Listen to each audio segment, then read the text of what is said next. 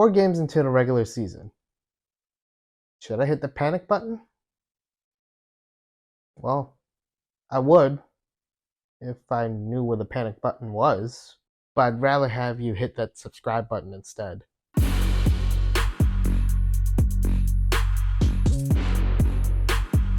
The Packers stand at 2-2. Not bad for a team that's starting a new quarterback. We've seen the good, Yay! the bad, Boo! and the ugly of the Packers. Ew! We'll take a look at where the Packers are at this point of the season. Let's start off with Jordan Love. Love has thrown for 8 touchdowns and rushed for another 2. For the most part, he's had to run the offense without his top running back, his top wide receiver, and his top offensive lineman. Love has shown leadership and poise under pressure.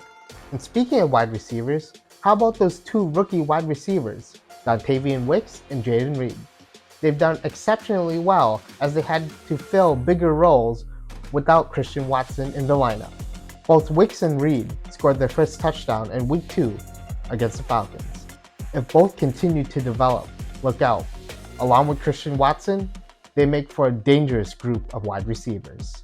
Other bright spots I see on the Packers aren't special teams. Kicker Anders Carlson has made all 5 of his field goals after struggling in the preseason, his longest being a 52-yard field goal. Punter Dan Whalen has also been a nice surprise. He's pinned opponents deep when needed.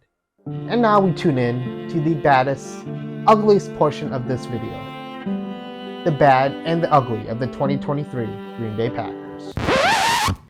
The Packers' defense has struggled this season. Even though their pass defense is pretty good, their run defense is horrendous. The Packers got off to a good start against the Bears, but then after that, that's when things started going downhill. After 3 quarters of good play, the Packers couldn't stop the run against the Falcons. Against the Saints, they did decent. At least they held the Saints to 0 points in the second half. Against the Lions, the Packers' defense got dominated. The Lions ran all over the Packers for over 200 yards.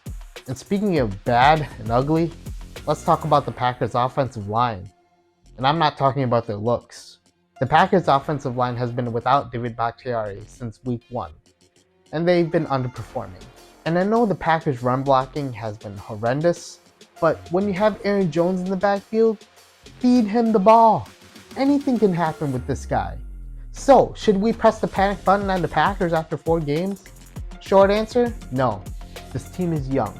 This team is inexperienced. But throughout the course of this season, if you have some patience, you'll see the Packers develop a little bit more. You've seen through 4 games of the regular season, you've had rookies step in. You've had rookies perform at their best. Like I said, patience is the key with this team. It might not show at the end of this year, we might have a losing record. But this team will get more dangerous with more experience.